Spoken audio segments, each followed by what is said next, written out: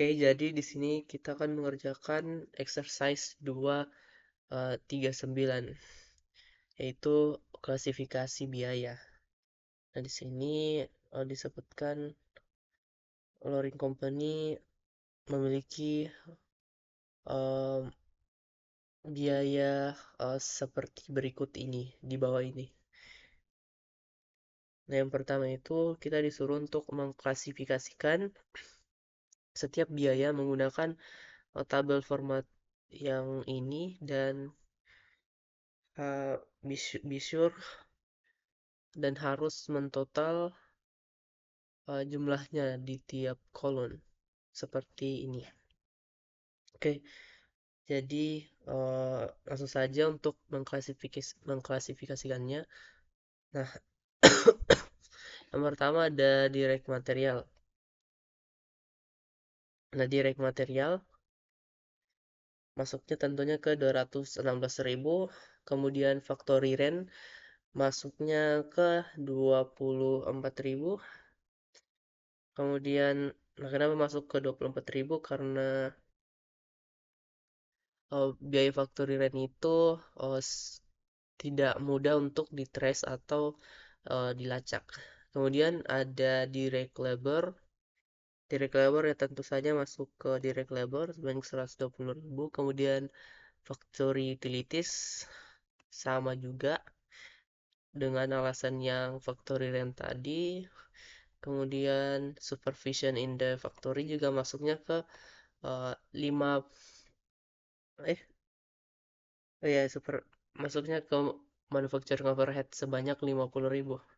Nah, kenapa ini masuk ke manufacturing overhead? Karena supervisi kan mengawasi dan tidak berhubungan dengan proses secara langsung, sehingga uh, jumlah produksi itu tidak terlalu uh, tidak mempengaruhi jumlah supervisi yang ada dan tetap fix kecuali sampai jumlah tertentu begitu.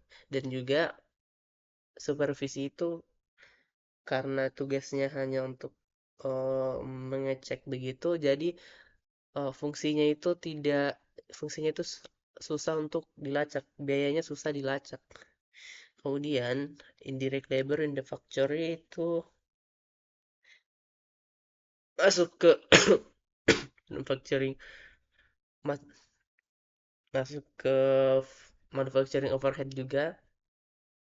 Intinya semua yang indirect, baik itu indirect material, indirect labor, masuknya ke manufacturing overhead. Kemudian ada depreciation on factory equipment, tentu saja masuk ke BOP, karena tidak mungkin masuk ke sini. Kemudian sales commission. Nah, sales commission masuknya ke selling expense yang tidak yang termasuk ke dalam period cost.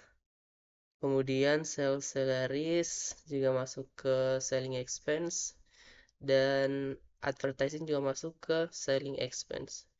Nah, kemudian depreciation on the headquarters building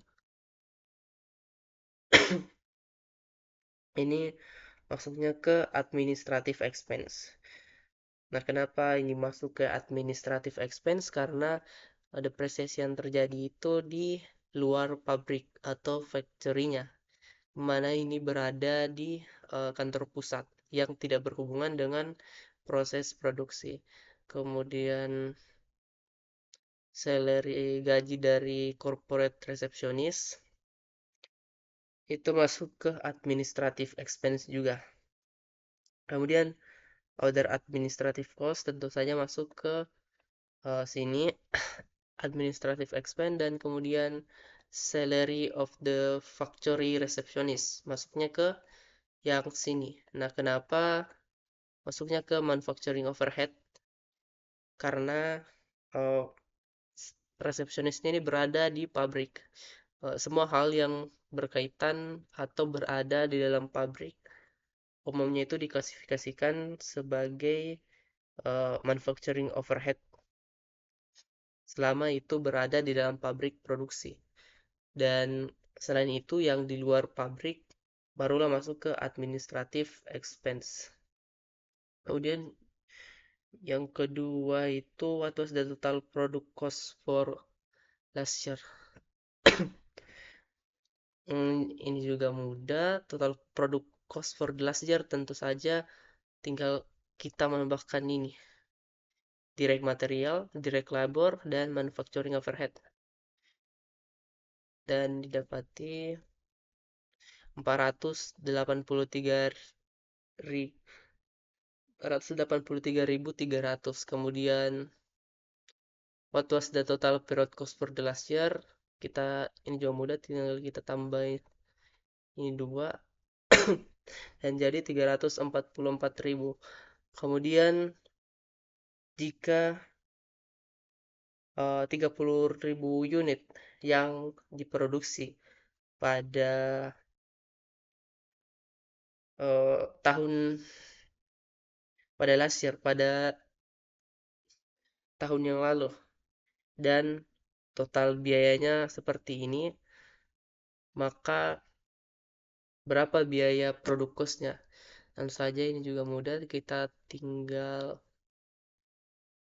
membagi saja biaya yang ini atau biaya cost of goods manufacture-nya atau biaya produk cost-nya itu dengan jumlah unitnya. Baru didapatilah jumlah produk cost-nya itu 16,11 dolar.